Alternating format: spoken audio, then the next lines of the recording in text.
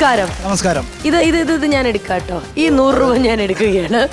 Okay, ഇത് എന്ത് വാങ്ങിയതിന്റെ ബാക്കി ബാലൻസ് കിട്ടിയതാ? ബാലൻസ് അല്ല, ടിക്കറ്റിന്റെ ബാക്കിയാണ്. ടിക്കറ്റിന്റെ ബാക്കിയാണ്.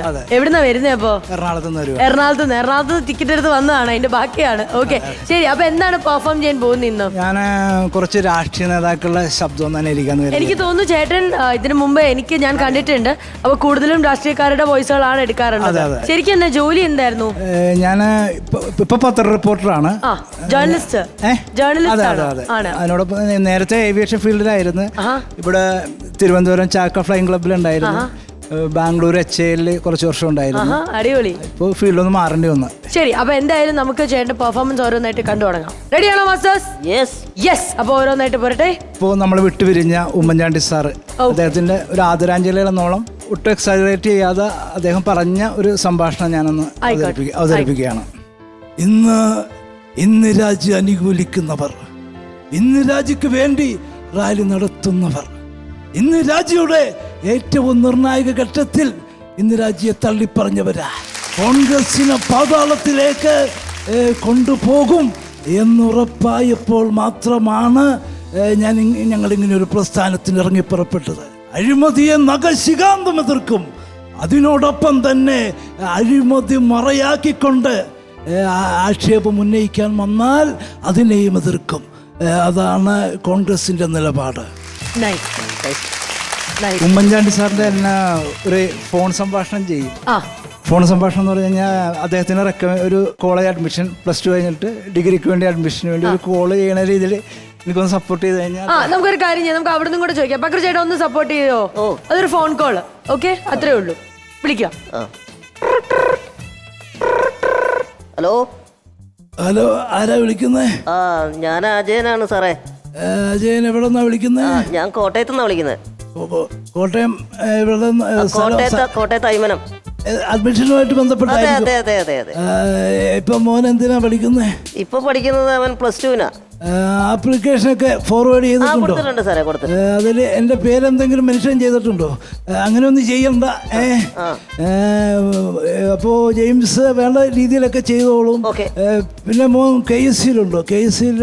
KSCയിൽ ഇല്ലെങ്കിൽ അത് ചേർന്ന് പ്രവർത്തിക്കാൻ പറയണം. ശരി സാറേ. എന്നെ വിളിക്കണമെന്നില്ല, ജെയിംസ് വേണ്ട രീതിയിൽ ചെയ്തോളും.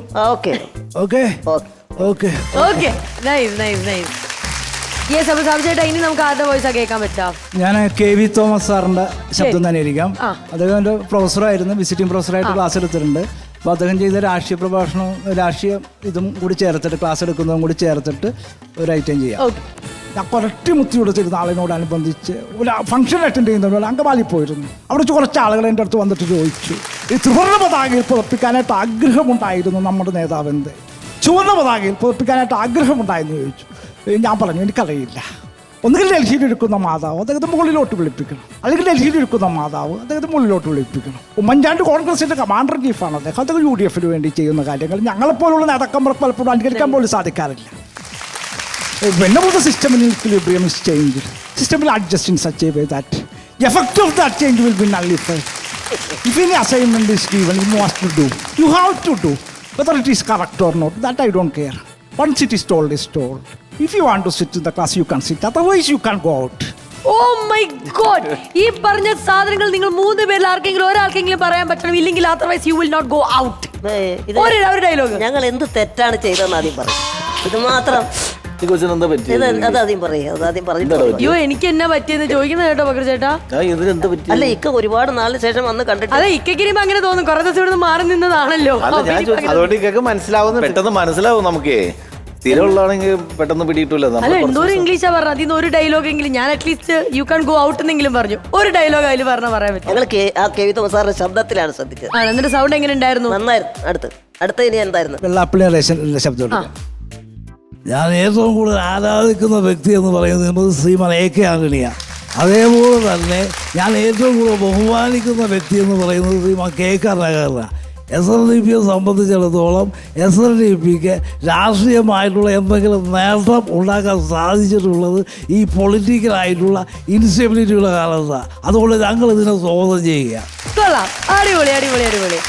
ചേട്ടാ നല്ല രസമുണ്ടായിരുന്നു. എടുത്ത എല്ലാ വോയിസുകളും കേൾക്കാനാണെങ്കിലും അവർ ശരിക്കും ഓരോ ഇന്റർവ്യൂവിൽ പറഞ്ഞിട്ടുള്ള കാര്യങ്ങൾ തന്നെയാണ് ഇവിടെയും പറഞ്ഞത്. നല്ല രസമുണ്ടായിരുന്നു.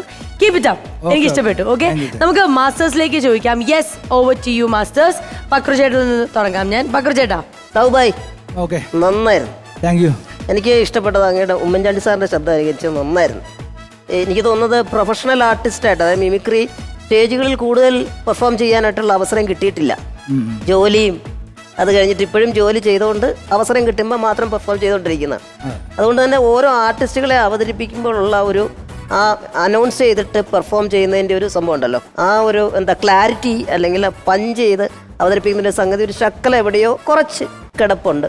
ഒന്നുകൂടെ ഒന്ന് പ്രൊഫഷണൽ ആവുന്ന ആ ഒരു രീതിയിലേക്ക് വരണം. എന്നാൽ പോലും അങ്ങയുടെ വോയിസിനനുസരിച്ചിട്ടുള്ള ശബ്ദങ്ങൾ തിരഞ്ഞെടുത്ത് കൂടുതലും പൊളിറ്റിക്കലി അങ്ങനെയുള്ള കാര്യങ്ങൾ ആ ഒരു രീതിയിലാണ്. അപ്പോൾ ഒരു കാലത്ത് ഒരുപാട് അത്തരത്തിലുള്ള തമാശകളും കോമഡികളും ഒക്കെ വന്നിരുന്നു. പക്ഷേ ഇപ്പോൾ അങ്ങനെ അധികം രാഷ്ട്രീയ താരങ്ങളെയൊക്കെ അനുകരിച്ച് കാണുന്നില്ല. അതിലാണ് അങ്ങേക്ക് ഇപ്പോൾ ഇനിയും സാധ്യതകളുള്ളത്. അപ്പോൾ അത് എന്തനുകരിക്കണം, എങ്ങനെ പറയണം, ഏത് രീതിയിൽ പഞ്ചിൽ അവതരിപ്പിക്കണം എന്നുള്ളത് അങ്ങയുടെ തീരുമാനമാണ്. അത് വൃത്തിയായിട്ടും ഭംഗിയായിട്ടും കുറച്ചും കൂടി നല്ല എന്താ പറയുക, കുറച്ചുകൂടി ഹ്യൂമറൊക്കെ ഉള്ള രീതിയിൽ പ്രസൻറ്റ് ചെയ്താൽ ഓഡിയൻസിന് കുറച്ചുകൂടി ഇഷ്ടപ്പെടും എന്നുള്ളതാണ് എൻ്റെ ഒരു വിശ്വാസം.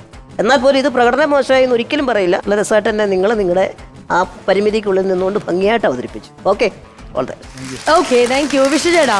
നല്ല രസമുണ്ടായിരുന്നു. ചേട്ടൻ രാഷ്ട്രീയം കൃത്യമായിട്ട് ഒബ്സർവ് ചെയ്യുന്ന ഒരാളാണ് എന്ന് തോന്നുന്നു. കാരണം രാഷ്ട്രീയക്കാരെയാണ് എല്ലാവരും അനുകരിച്ചത്. പിന്നെ SH പഠിച്ചല്ലേ? അതെ അതെ അതെ. KV തോമസ് മാഷ് പഠിപ്പിച്ചത്. നല്ല രസമുണ്ടായി പുള്ളിയുടെ ശബ്ദം അനുകരിച്ചതൊക്കെ. നന്നായിരുന്നു. Thank U. ഓക്കെ, അല്ല, ശരിക്ക് അനുകരിച്ച ശബ്ദങ്ങളെല്ലാം കൃത്യമായിരുന്നു. നേരത്തെ അജി പറഞ്ഞതിനെ കുറിച്ചിട്ട് ഉമ്മൻചാണ്ടി സാറ് തൊട്ട് നമ്മുടെ വെള്ളാപ്പള്ളി സാർ വരെ ഉള്ള ശബ്ദങ്ങളെല്ലാം. പക്ഷെ സാബുവിൻ്റെ ഒരു പ്രശ്നം എനിക്ക് തോന്നിയത്, സാബുവിലൊരു കലാകാരന് കോൺഫിഡൻസ് കുറവാണ്. സാബു ഈ മൈക്ക് യൂസ് ചെയ്യുമ്പോൾ തന്നെ നമ്മൾ ഒന്നോ രണ്ടോ ശബ്ദങ്ങൾ ഇപ്പോൾ എല്ലാം ഭയങ്കര പെർഫെക്റ്റായിട്ട് ചെയ്തിട്ടല്ല നമ്മളെ ആർട്ടിസ്റ്റുകൾ. ഇപ്പം നിങ്ങളുടെ പ്രസൻറ്റേഷനിൽ കുറച്ചുകൂടി കോൺഫിഡൻസ് വരുത്തിയാൽ നിങ്ങൾക്ക് ഗംഭീരമായിട്ട് നമ്മൾ ഉദ്ദേശിക്കുന്നതിൻ്റെ വേറെ റേഞ്ചിൽ നിങ്ങൾക്ക് പ്രസൻറ്റ് ചെയ്യാൻ പറ്റും. നമ്മൾ വന്ന് നിൽക്കുമ്പോഴും നമ്മളത് പ്രസൻറ്റ് ചെയ്യും കുറച്ചുകൂടി ബോൾഡായിട്ടൊക്കെ. ഈ പറയുന്നത് ഞാൻ അടുത്തതായിട്ട് നമ്മുടെ ബഹുമാനപ്പെട്ട നമ്മളിൽ നിന്ന് വേർപിരിഞ്ഞു പോയ ഉമ്മൻചാണ്ടി സാറിൻ്റെ ശബ്ദമാണ് എന്നൊക്കെ പറഞ്ഞിട്ട് അത് കോൺഫിഡൻസോടുകൂടി നമ്മൾ പ്രസൻറ്റ് ചെയ്ത് കഴിഞ്ഞിട്ടുണ്ടെങ്കിൽ കേട്ടിരിക്കുന്ന ഓഡിയൻസിനും ഇത് കൊള്ളാം. കാരണം നിങ്ങൾ ചെയ്യുന്ന ശബ്ദങ്ങളൊക്കെ കറക്റ്റാണ്. പിന്നെ എന്തിനാണ് ഈ കൺഫ്യൂഷൻ? എന്തിനാണ്? അത് നിങ്ങളുടെ പ്രസൻറ്റേഷനിൽ കോൺഫിഡൻസ് ഇല്ല, അത് മാത്രമേ ഉള്ളൂ. ശ്രദ്ധിക്കാം. അപ്പോൾ ഗംഭീരമായിട്ട് അറിയാവുന്ന ഒരു കലാകാരൻ ഇനി അടുത്ത പ്രാവശ്യം വരുമ്പോൾ നല്ല കോൺഫിഡൻസോടുകൂടി നല്ല രസമായിട്ട് പെർഫോം ചെയ്യണം. ഓക്കെ, ശരി. അപ്പൊ എന്തായാലും എങ്ങനെയാണ് നമ്മൾ എന്തായാലും ചേട്ടൻ ഇനി നമ്മൾ മീറ്റ് ചെയ്യാൻ പോവാണ്. അപ്പൊ അതിനു മുമ്പ് ഇത്തവണ നമ്മൾ എത്ര സ്റ്റാർസ് ആണ് നൽകാൻ തീരുമാനിച്ചിരിക്കുന്നത്? ഇടത്ത സ്റ്റാർസുകളെല്ലാം, അതായത് രാഷ്ട്രീയത്തിലെ താരങ്ങളെല്ലാം നന്നായിട്ട് ചെയ്തു. 3 സ്റ്റാർ. 3 സ്റ്റാർസ്. യെസ്. അപ്പൊ സാബു ചേട്ടന് ലഭിക്കുന്നത് 3 സ്റ്റാർസ് ആണ്. അത് നമ്മുടെ ഇവിടുന്ന് ഉള്ള ഒരു റേറ്റിംഗ് ആണ്. നമ്മുടെ കോമഡി മാസ്റ്റേഴ്സിന്റെ 3 സ്റ്റാർ ആർട്ടിസ്റ്റ് എന്നായിരിക്കും ഇനി ചേട്ടൻ അറിയപ്പെടാൻ പോകുന്നത്. സന്തോഷായില്ലേ? അപ്പൊ ആ ചടങ്ങിലേക്കാണ് നമ്മൾ കടക്കാൻ പോകുന്നത്. ഒരു അവാർഡ് സെറിമണി പോലെയാണ്. യെസ്, നമുക്ക് സ്വാഗതം ചെയ്യാം. നാദിക, പ്ലീസ്.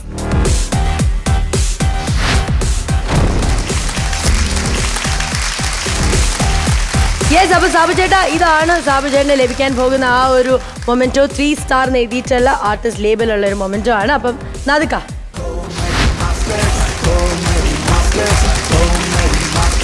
മാത്രമല്ല ഇതോടൊപ്പം ലണ്ടൻ ക്ലാസിക് നൽകുന്ന ഒരു അടിപൊളി ഷർട്ടുമുണ്ട്.